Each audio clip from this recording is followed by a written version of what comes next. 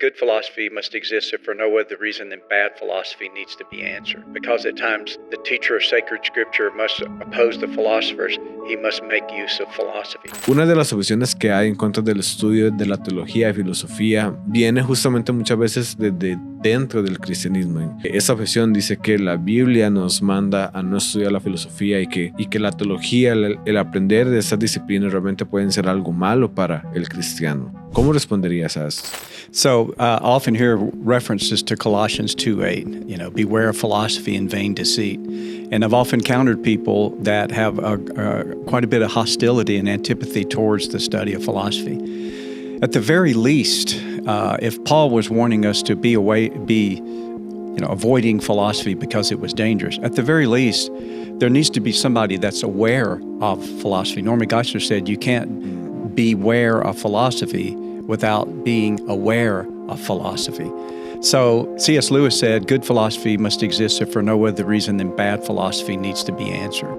I think he's echoing Thomas Aquinas, who said, because at times the teacher of sacred scripture must oppose the philosophers, he must make use of philosophy. So even at that minimal sense, there's a place for the study of it, if for no other reason than be able to help people to be on guard against.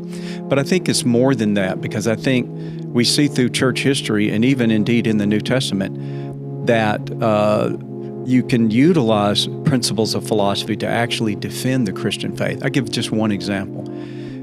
I'm old enough to remember a time in America where if you said to someone, I believe the Bible is true, they would know exactly what you meant, even if they didn't think it was true. They knew what you meant when you said it was true. Now, you can very well say, I think the Bible is true, and you hear someone say, well, that's true for you and not for me.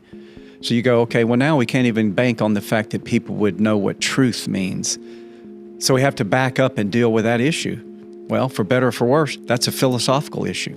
So now the philosophy has to come in to get the grounding of some categories that we used to be able to take for just standards like everybody believed it. We used to take it for granted.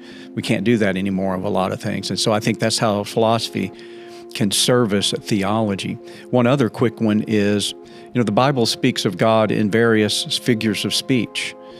He's walking in the garden in Genesis 3. He's moving around in the tent in 2 Samuel. The eyes of the Lord roam to and fro in the earth. The arm of the Lord is strong. And he uses all these finite, very often physical categories.